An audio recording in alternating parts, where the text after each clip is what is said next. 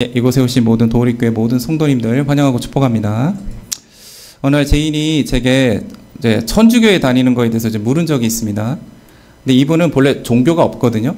없는데 당연히 신앙도 없고, 근데 갑자기 제게 천주교 다니는 것을 이제 물어보는 것이 제가 개인적으로 좀 궁금해서 물어봤는데, 지인이 하는 말이 천주교는 배타적이지가 않다. 그리고 사람들도 이해심 많다. 뭐 대화가 편하다. 뭐 이렇게 말을 하더군요. 그래서 무엇보다 이제 동생이 믿음을 가져서 뭐 건강이 좀 호전이 되었다 이렇게 말을 하더라고요. 그래서 이제는 또 나이가 좀 들었으니까 이제 종교가 좀 필요한 것 같다 이제 이렇게 말합니다. 저는 이제 본인의 믿음대로 하면 됩니다라고 말을 해주었는데, 또 한편으로는 세상 사람들이 저희 교회를 바라보는 모습이 아마 이제 배타적이다, 뭐 이해심 없다, 뭐 대화가 안 통한다, 뭐 이렇게 느끼고 있다라는 생각을 좀 해봤습니다. 저도 한때 교회에 대해서 이게 교회가 좀 배타적이지 않나 이런 모습을 생각을 한 적이 있었는데, 제가 예수님을 더 깊게 믿게 되면서 느낀 것은 주님께서 말씀하시는 이 진리는 세상과 충돌이 날 수밖에 없겠구나라는 것이고 절대로 타협할 수 없겠구나라는 겁니다. 세상이 우리를 향해 적당히 예수님 믿고 적당히 인생 편하게 살자라고 말합니다. 근데 그걸 위해서 이제 교회를 종교적으로 다니라고 하는 거죠. 사람들과 인맥 좀 쌓고 그냥 철저하게 나 중심으로 예배 드리고 신앙을 하면 된다, 뭐 말하는 겁니다. 예수님이 우리를 위해서 피 흘리시고 희생하셔서 십자가 지셨는데, 그들은 우리에게 누굴 위해서 희생하는 것보다는 우리 자신의 회복, 채움, 이말 위해서 예배를 드리고 그리고 나아가라고 말하는 겁니다. 지금 비가 좀 많이 오잖아요. 제 친구가 비가 많이 오니까 좀 빨리 니네 집 가봐라 그러더라고요. 그러니까 나 지금 예배 드리고 있는데 교회에 있다라고 하니까, 교회 그거 지금 중요한 거 아니라고. 왜냐면 작년에 비가 많이 와서 그 침수 피해가 있어서 좀 안타까운 일이 있었잖아요. 그 지역이 제가 있는 동네랑 가까워요. 바로 옆동이거든요. 그래서 이제 물론 저를 걱정해서 한 말이지만, 지금 교회가 중요한 게 아니야. 빨리 가서 침수 피해 안 당하게 빨리 하라는 거죠. 제가 좀 오랫동안 지금 집을 안 가서 비어 있는데, 전 그 얘기 듣고 저는 당연히 하나님이 제 집을 지켜주실 거라 믿거든요. 당연히. 그냥 세상은 그렇게 당장 눈앞에 중요한 게 있으면 하나님 예배보다는 그거 먼저 하라고 우리에게 말하는 거죠. 그런데 이런 모습이 꼭 세상만의 문제는 아닐 거예요. 아마 이제 수많은 교회들이 이런 모습으로 아마 많이 나아갈 겁니다. 하나님의 생명의 길을 가기보다는 본인에게 좀 편하고 갈만한 길, 희생과 헌신보다는 그냥 주님의 사랑을 마음껏 누리기만을 원하는 그냥 사람의 길을 아마 쫓아가고 있다는 겁니다. 제가 어린 시절에 다녔던 우리 교회 청년부, 청소년부 우리 부장기사님이 제게 하셨던 말씀이 좀 기억이 나는데, 젊은 시절에 이제 신학대에 들어가려고 이 면접을 봤는데 면접관이 자네 꿈이 뭔가라고 물어본 적이 있답니다. 근데 부장기사님이 저 돈을 많이 벌어갖고 가난한 사람을 돕는 겁니다 라고 대답했습니다. 그리고 그 즉시 탈락했다고 합니다. 이제 겉으로는 참 문제없는 발언일 수도 있는데, 그 속에는 하나님의 의보다는 자신의 의가 중심인 발언인 거죠. 내가 부자가 되고 싶은 건데 그 자신의 야망을 하나님 소망으로 포장한 겁니다. 또 자신 중심의 신앙의 모습을 하나님이 주신 비전이라고 지금 말하고 있는 지금 어리석은 크리스찬의 모습이죠. 이제 세상도 섬기고 하나님도 섬기고, 이제 이런 모습이 이 시대 이제 수많은 교회의 모습이라고, 그게 바로 우리의 모습일 겁니다. 이사야는 지금 이런 이스라엘 백성에게 이와 같은 모습에서 좀 돌아오라고 지금 말하고 있는 겁니다. 지금 북이스라엘 멸망했고 애굽과 아시리아 제국 간의 다툼 속에서 나라가 지금 어디에 붙어야 나라가 좀 안전할지 걱정하는 위기의 모습 속에 있는 겁니다. 이런 불안 속에 이사야는 총 3부분을 나뉘어서 처음에는 공의와 심판을 얘기하고, 근데 곧 바벨론의 침공을 얘기하고, 그 다음에 이스라엘의 회복과 소망을 지금 말하고 있습니다. 이 위기 속에 이스라엘은 하나님께 더욱 매달리고 믿고 의지하라는 건데, 이방신을 이스라엘은 선택을 했고 같이 여호와 하나님도 섬기고 이방신도 섬기고, 또 세상의 강대국에 붙어서 자신의 안전을 보장받으려는 어리석은 모습으로 지금 나아가는 길을 선택하고 있거든요. 원래 하나님의 나라로 하나님의 전능하심과 인자하심을 증거해야 되는 이 이스라엘이 이제는 종교적인 행위만 남고 자신의 유익을 위해서 주님의 사랑을 이용하고 우리에게 맡겨진 사명은 내팽개치고 어리석은 인간의 길로 나아가고 있기 때문입니다. 이 교회 저 교회 다니면서 우리 목사님의 그 기도와 믿음보다는 그 설교를 좀 평가하고 나에게 좀 감동을 주는지, 재미가 있는지, 고난과 십자가, 헌신 이런 거보다는 위로와 격려, 축복 중심의 설교인지 판단하고 자신의 만족을 주는 그런 중심이 되고, 교회가 큰지 작은지, 시설은 좋은지 나쁜지 이런 게 기준이 되는 게, 이런 모습이 아마 이사야가 이 길은 멸망의 길이다, 국률하신 여호와 하나님께 돌아가라, 거룩하신 하나님이 이 사랑의 길로 나아가라라고 권면하고 있는 겁니다. 그것이 바로 생명의 길이고 우리를 살리는 길이기 때문일 것입니다.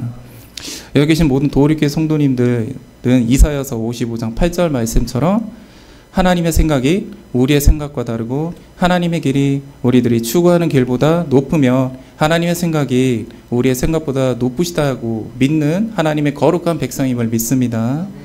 우리는 주님께 은혜를 입은 자들입니다. 십자가의 그 상으로 구원을 입었습니다. 우리 삶 가운데 지치고 고통스럽고 영적으로 병들었을 때 우리가 주님의 이름으로 나왔음을 믿습니다. 그리고 이곳에 모인 우리들은 모두 결코 우연히 온 것이 아닐 겁니다. 모두 길이요 진리요 생명이신 예수님의 부르심으로 오셨음을 믿습니다. 우리가 그냥 단순히 예수 믿고 천국 가자 그랬다면 그걸 위해서 이곳에 모인 것이 아니죠. 만약 그것이 하나님의 목적이었다면 예수님을 영접하자마자 이 땅에 남겨지지도 않고 바로 천국으로 가면 되는 건데, 우리는 하나님께서 태초부터 우리를 향하신 놀라운 계획 안에서 각자 삶의 길로 인도하시기 위해서 이곳으로 부르셨고 훈련시키셨다는 것을 믿습니다. 우리가 주 안에서 회복되고 길이요 진리요 생명이신 예수님을 증거하고 삶 가운데 하나님의 사랑을 흘려보내는 하나님의 길로 걸어가게 하실 줄 믿습니다. 그렇다면 우리에게 지금 맡겨진 하나님의 길이 무엇이라고 생각하십니까? 사실 그 답은 지금 여기 교회에 숨겨져 있거든요. 우리는 평소에 이곳에서 예배를 드리면서 늘 하나님의 길을 보고 있습니다. 여기 보면 스크린 뒤에 보면 God is love라는 단어가 이렇게 써져 있잖아요. 그 단어에 각각 한 글자씩을 따오면은 G, I, L입니다. 그거를 우리나라식으로 읽으면 길이라고 발음이 됩니다. 그렇습니다. 이제 하나님의 길은 뭐냐면 주님께서 사랑이시라는 것을 전하는 겁니다. 우리 죄 가운데 있을 때 우리 용서하시고 긍휼하신 사랑으로 품어주신 그 사랑, 그리고 우리가 앞이 깜깜하고 막혀있던 가운데 홍해바다도 가르시는 것, 그래서 그 길을 만들어 버리시는, 정말 불가능한 것이 가능케 만들어 버리신 게 바로 우리 하나님의 사랑임을 믿습니다. 그 사랑 때문에 우리가 지금 이곳에 서로 예배하고 있고 우리가 꿈을 꾸고 기도하고 준비되고 있는 것일 겁니다. 길이요 진리이신 또 생명이신 그 예수님의 사랑 전하기 위해서일 겁니다. 여전히 우리는 연약하고 죄 가운데 있지만 쓰러질지라도 삶이 어렵고 어려울지라도 그 사랑을 전하는 하나님의 길을 걷기 위해 지금 이렇게 도우리께 오게 될 것임을 믿습니다. 그리고 이제는 하나님의 약속의 부흥이 옵니다. 주님께서 세계 열방 향해 우리를 사용하실 것인데, 그는 우리가 예수님을 복음 전하고 하나님의 사랑을 증거하려면 하나님의 그 증거하기 위한 하나님의 길을 가기 위해서 우리가 먼저 무엇을 준비해야 할까요? 우리는 먼저 삶이 먼저 어렵고 힘들지라도 아버지의 비전 포기하지 마시고 하나님의 온전한 백성이 되는 길을 선택하시길 원합니다. 아버지의 백성이 되기로 선택한 대표적인 인물이 바로 룻입니다. 나라의 기근이 들자 하나님의 땅을 떠난 이방 땅으로 떠났던 바로 인간의 길을 선택했던 시어머니 나오미와 다르게 아이러니하게 이방 여인이었던 둘째 며느리 룻은 끝까지 나오미 곁을 떠나지 않고 이스라엘로 따라가서 하나님의 백성이 되는 놀라운 일을 감당하게 됩니다. 룻기 1장 16절에 룻이 이르되 나로 어머니를 떠나며 어머니를 따르지 말고 돌아가라 강건하지 마옵소서. 어머니께서 가시는 곳에 나도 가고 어머니께서 유숙하시는 곳에서 나도 유숙하겠나이다. 어머니의 백성이 나의 백성이 되고 어머니의 하나님이 나의 하나님이 되시리리 라는 말씀이 있습니다. 이런 믿음의 고백을 합니다. 의지할 남편은 죽었고 이방 여인 룻 입장에서는 시어머니 나오미를 쫓는다는 것은 어마어마한 모험이었을 겁니다. 그런데 그녀는 시어머니와의 그 믿음을 지키고 여호와 하나님을 선택함으로써 하나님의 백성이 되는 길을 걸어가게 된다는 겁니다. 그리고 룻은 다윗의 조상이 되었고 나중에 예수님의 조상이 되는 놀라운 축복을 받게 됩니다. 근데 그와 반대로 시어머니를 따르지 않고 친정으로 돌아간 큰 며느리 어르바라는 사람이 있습니다. 그녀는 처음에 시어머니를 그래도 따르고자 했는데 역시 눈앞에 보이는 현실 때문인지 그녀는 하나님의 백성이 되는 길을 포기하고 안전을 쫓아서 다시 이방 백성으로 머무르는 인간의 길을 선택하게 됩니다. 즉 룻과 정반대의 길을 가게 된 것이죠. 근데 일설에 의하면 오르바는 모압으로 돌아가 거인족 르바임의 후예인 블레셋 사람과 결혼하였고 이스비를 낳았고 그 이스비의 아들이 바르실레라 하는데 그 바르실레의 아들이 바로 가드의 거인 골리앗이라고 합니다. 그러니까 오르바는 골리앗의 조상입니다. 참 재미있지 않습니까? 룻의 다윗의 조상인데 오르반 그들은 후에 서로 만나 적으로서 만나게 되는 거죠. 찰과 검과 단창을 의지했던 골리앗은 만군의 여호와 하나님을 의지한 다윗에게 물맷돌로 쓰러지면서 하나님의 백성의 길을 선택한 룻이 옳았다는 것을 하나님이 드러낸 놀라운 사건입니다. 여전히 하나님이 백성과 세상의 백성 사이에서 왔다 갔다 하시는 성도들이 계신다면 믿음으로 그 선택이 옳았음을 드러내신 하나님을 신뢰하시고 하나님의 백성의 길을 준비하시길 원합니다. 주님께서 그 이름의 뿔을 높이실 것을 믿습니다. 그리고 아브라함처럼 하나님의 연단의 길을 선택하시기를 원합니다. 하나님의 부르심으로 그 언약과 약속을 가지고 믿음의 여정을 우리가 떠나셨습니까? 그런데 그 여정이 결코 만만치 않고 쉽지 않은 길이라는 것을 모두 아실 겁니다. 왜냐하면 하나님의 축복을 받는다는 거, 그 그릇으로 준비되고 온전히 하나님만 바라보고 자신을 내려놔야 하는 길이기 때문일 겁니다. 그것이 하나님께서 작은 자들을 위해서 영광 받으시기 위함일 겁니다.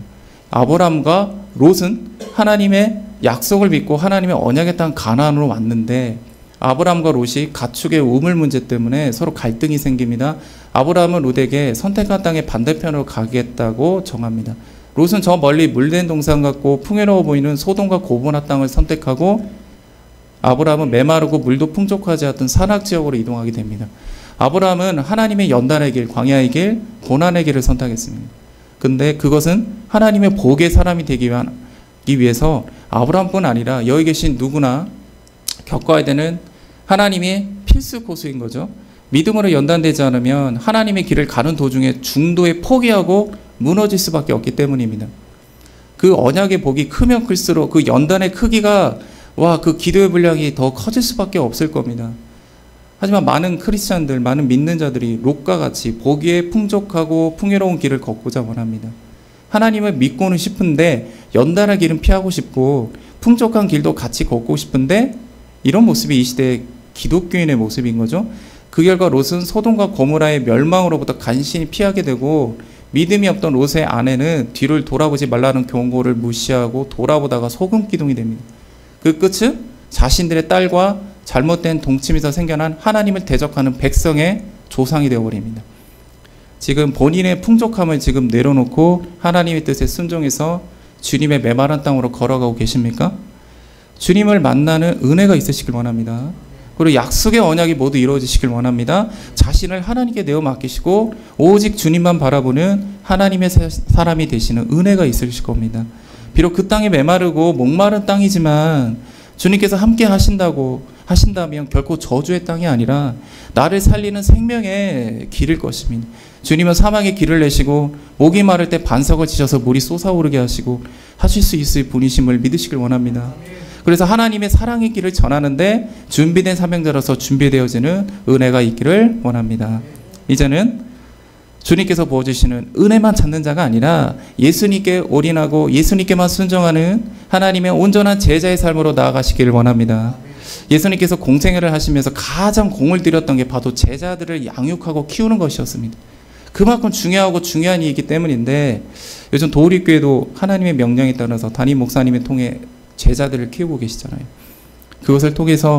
그것을 위해서 가끔 이제 뚫고 오신 분들은 제외하더라도 새신자도 잘 받지 않으시고 오직 그만큼 이 제자들을 키우는 게 중요한 건데 곧 있을 부흥 가운데 열방을 향해서 믿음의 사명자들을 키우기 위해서 쓰셔야 되기 때문일 겁니다.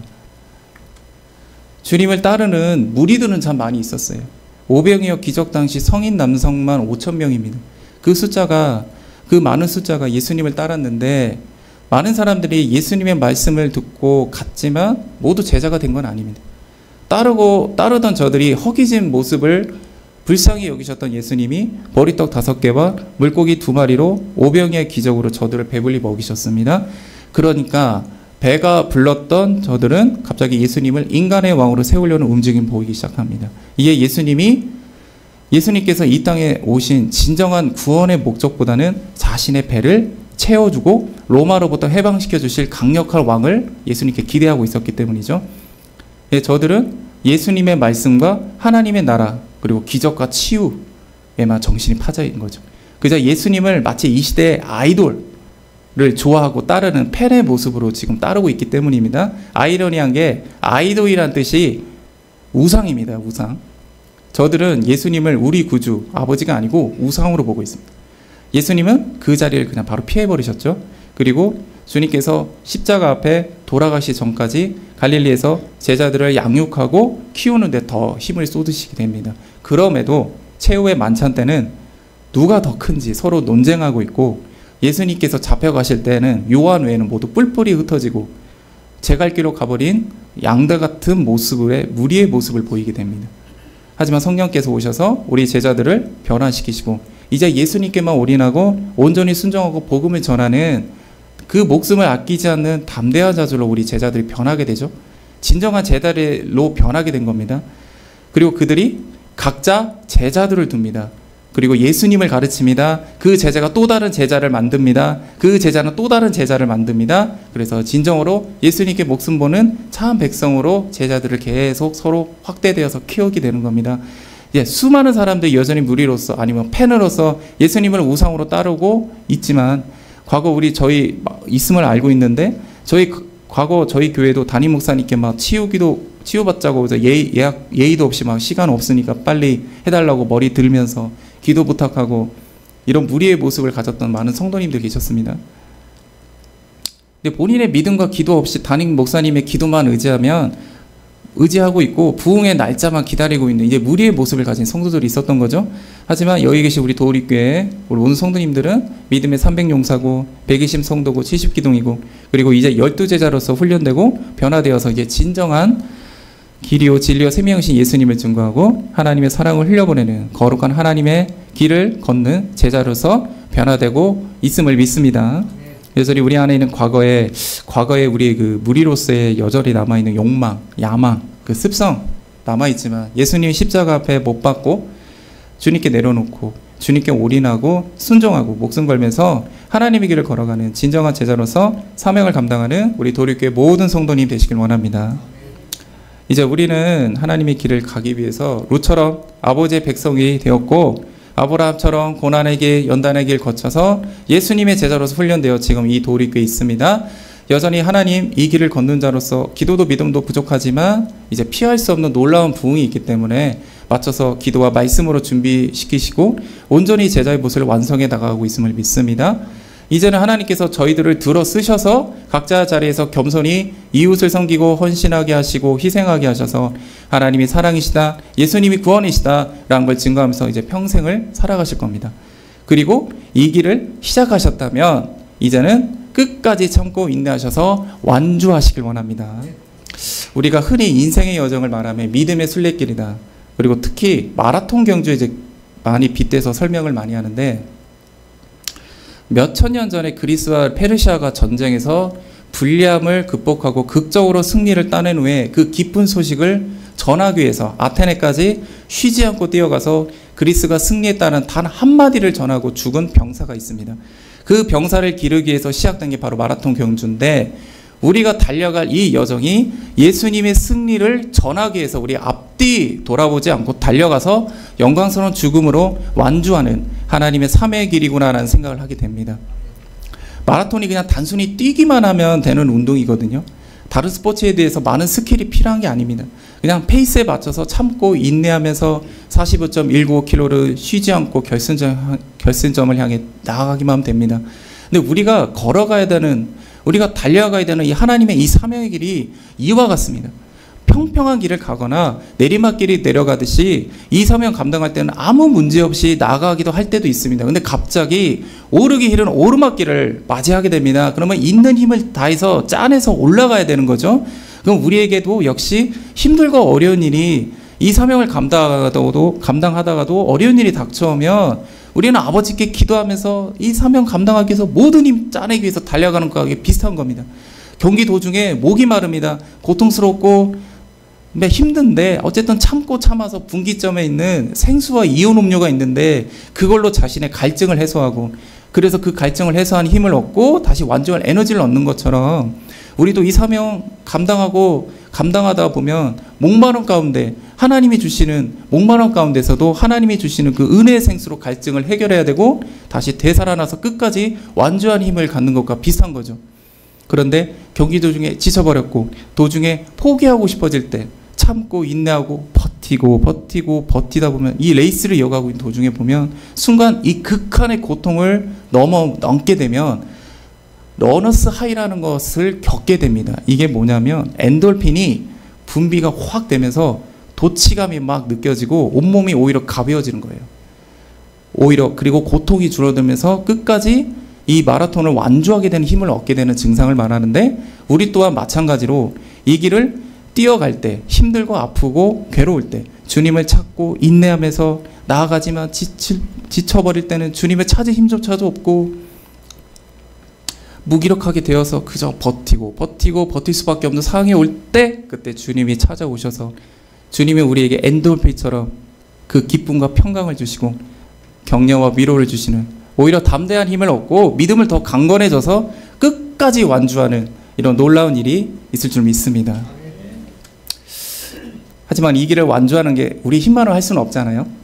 아무리 우리가 하나님의 백성이고 연단의 시간을 겪었고 또 제자로서 훈련받았어도 우리의 능과 힘으로는 결코 이 아버지의 길을 완주할 수가 없습니다. 오직 하나님을 의지하고 우리보다 앞서 승리하신 예수님을 바라보면서 주님과 함께 이 경기를 마쳐야 완주할 수 있을 겁니다. 하지만 12점탕꾼의 이야기처럼 하나님의 길을 완주하지 못하고 도중에 레이스를 포기하는 안타까움도 상황도 있습니다. 지금 가데스 바네에 각 지파의 대표들이 정탐군을 꾸리고 가나안 땅을 전탐하려고 다녀올 때까지만 해도 10명의 정탐꾼들과 갈렙과 여호수아는 별반 다르지 않는 믿음의 레이스를 시작한 사명자들이었습니다. 하지만 저들이 눈앞에 보이는 상황에 마음을 빼앗겨버리고 하나님의 언약을 부정적으로 보고하기 시작합니다. 오히려 모세와 아론을 대적합니다. 하나님을 원망하면서 하나님의 노여움을 사게 되죠. 그 레이스에서 탈락하게 되는 겁니다. 저들이 완주하지 못하고 탈락한 이유가 무엇이겠습니까? 하나님의 길의 레이스는 오직 믿음으로 가야 되는데 저들은 앞서가신 주님이 아니라 본인이 가진 힘과 능력만 의지해서 나아가려고 했기 때문에 탈락한 겁니다. 히브리서 12장 2절 말씀에 믿음의 주여 또 온전케 하시는 이인 예수를 바라보자. 그는 그 앞에 있는 기쁨을 위하여 십자가를 참으사 부끄러움을 개의치 아니하시더니 하나님 보좌 우편에 앉으셨느니라 라고 말씀하셨습니다. 우리 믿음의 근원이신, 우리 믿음을 완전케 하시는 예수님을 바라보심으로써 우리는 레이스 도중에 탈락하지 않고 이 믿음의 경주를 완주할 수 있습니다. 우리 주님은 이미 우리보다 앞서서 믿음의 경주를 이미 완주하셨거든요. 그것을 위해서 부끄러움과 십자가의 고통도 참으셨고 지금 승리의 명루가를 쓰시고 하나님 보좌 앞에 앉아 계시거든요. 바로 예수님께서 하나님 길을 완주하신 선구자이기 때문에 우리는 예수님이 걸어가신 그 발자취만 따라가면 되는 겁니다. 마라톤 경주에 보면 피스메이커라는 게 있어요.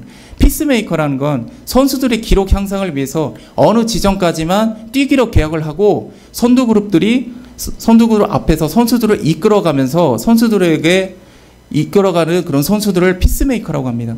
그들은 약속 지점까지 있는 힘을 향해서 뛰어갑니다. 그러면서 선두그룹이 뒤처지지 않도록 속도를 조절해서 맞춰져서 뛰기도 하면서도 그들이 속도를 내서 뛸 수 있도록 앞에서 조절을 해주기도 하거든요.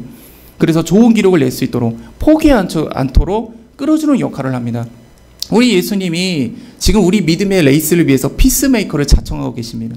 우리 앞에 가시고 우리를 응원하시고 다독거리면서 온전히 승리하심으로 우리에게 뒤처지지 않고 끝까지 완주하도록 하심을 믿으시길 원합니다. 그러나 힘들고 어렵고 이 지친 상황 가운데서도 주님이 보이지 않는다, 계시지 않는다 이렇게 느끼신다면 그것은 그 상황에 마음을 빼앗기셔서 앞서 계신 주님을 보지 못하는 것 보지 못하시기 때문일 겁니다.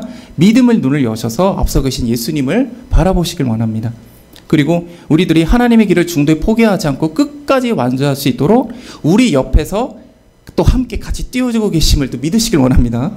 이 상황을 지금 잘 설명하는 스포츠가 하나 있는데 시각장애인들의 육상 경기입니다.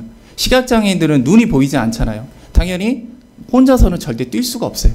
옆에서 그러면 어떻게 경기를 치르냐? 옆에서 팔과 다리를 묶어서 같이 띄워주는 도우미가 있어요. 이 도우미가 시각장애인이 아닌 일반 선수인데 같이 훈련도 하고 같이 호흡도 마치고 같이 응원도 하면서 경기를 같이 뛸 수 있도록 중요한 역할을 합니다. 근데 그 모습이 마치 우리들의 모습하고 비슷하지 않습니까? 우리가 하나님의 길을 걸어가는데 시각장애처럼 당장 한치도 보이지 않는 이런 보이지 않는 상황 가운데 경기를 뛰는 것과 같거든요.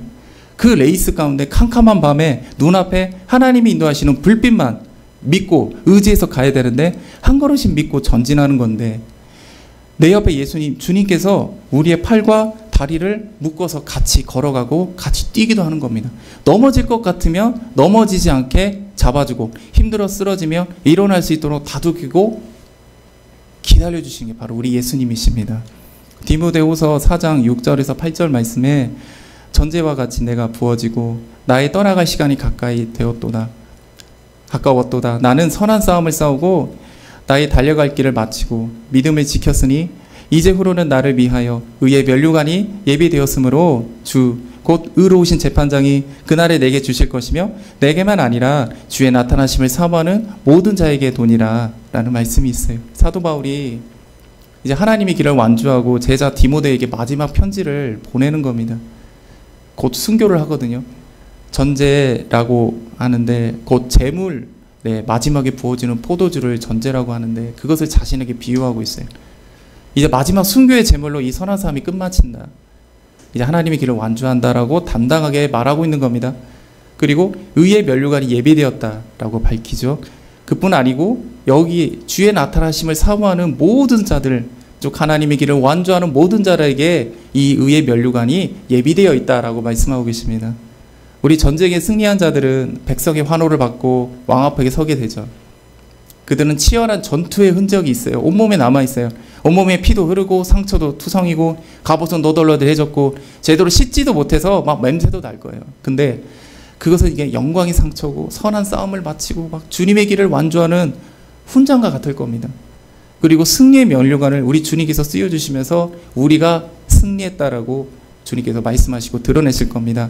이제는 우리 도립교회는 열방을 향해서 길이요 진리요 생명이신 예수님을 증거하고 하나님의 사랑을 흘려보내는 선한 싸움이 시작되었음을 믿습니다. 하나님의 백성이 되어서 우리의 영혼력이 온전히 통치를 받고 연단을 통해 믿음이 더욱 깊어지고 예수님만 바라보고 의지하면서 예수님께 올인하여 예수님이 기뻐하시는 제자가 되시고 하나님의 선한 길을 완주하시길 원합니다. 그 길이 힘들고 어렵고 지칠지라도 앞서가신 예수님 바라보면서 나와 같이 띄워주시는 그 은혜를 누리면서 주님께서 쓰여주시는 승리의 명령을 받는 우리 도우리교회 모든 성도님 되시기를 예수님 이름으로 축복합니다. 기도하겠습니다.